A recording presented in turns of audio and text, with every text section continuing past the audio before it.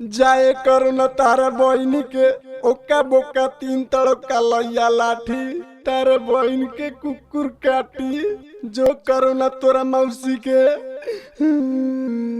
इतिल बितिल सोने के तितिल ते उमर तोर माइयो मर तोर मौसा तोर नानी काकी तोरा पूरा खानदान मर रे करनवा हमारे मौगी से हमके अलग करा देले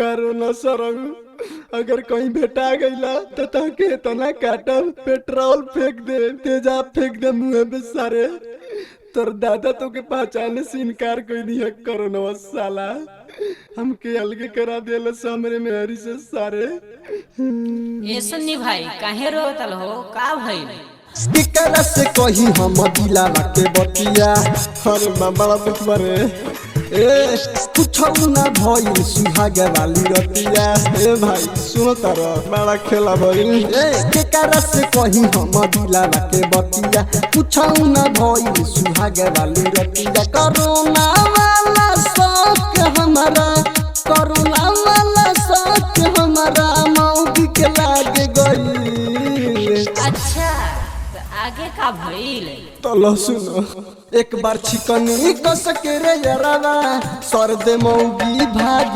गई एक बार छिकनी कस के रे यारावा सर दे मौगी भाग गई अच्छा ई बात बा होए भाई भागत रहे कहत रहे ए जी करो ना तो हम कहनी ए जी रुको ना दरियावले कप्तान गंज ले गई ससुरी भाग गई अरे भाई ई तो तोरा साथे बड़ी बुरा भइल रे लागल बायगियाना हो दिलावा में लागल बायगियाना अरे बाप रे का बताई लागल बायगियाना हो दिलावा में लागल बायगियाना करोना उजड़ल से हमारो भगिया दिलावा में लागल बायगियाना करोना उजड़ल से हमारो भगिया लागल बा दिलावाना अच्छा ले चुपाजू भाई चुपाजू आगे का भइल बताओ कैसो लॉकडाउन में भइल शादी कैसो कर्जी लेके शादी भइल चीखे न पवनी हम पर शादी हे तनो ना चिखनी रे ए भाई कैसो लॉकडाउन में भइल शादी चीखे न पवनी हम पर शादी कैलसी ऐसन हाला उता कैलसी ऐसन हाला सारा लोगवा जागी गई बड़ा कष्ट बारे भाई काम जाई एक बार छिकनी कस के रे यारावा सर दे मौगी भाग गई एक बार छिकनी कस के रे यारावा सर दे मौगी भाग गई का बताइए भाई इस साला कोरोना के चलते हमारा सोना हमसे दूर हो गईली वही राती के हमार ओढ़ना बिछावना थरिया लोटा सारा सामान अलगा हो गए मेहरारू लगे आके बिछौना पर से दूर चल गल कितना कष्ट होला हम न जानता नहीं साला कोरोना तोरा माई के कोरोना मरले बा जियल दी सवार कोई देले बा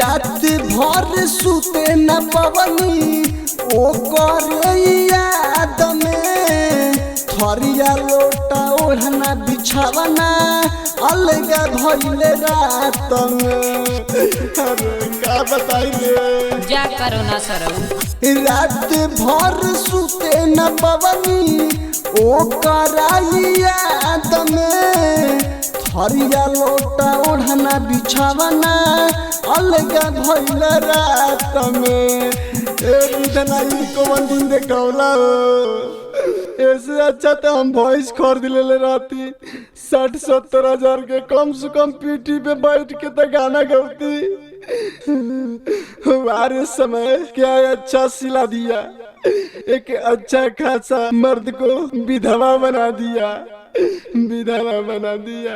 अरे ये भाई तो तोरा से बड़ा बुरा भइल रे। छुपा जो आगे बताओ भाई, आगे बताओ। हमारा से सभे लोग दूर रहे लागल, हर जोरे करना तोर मौसी के।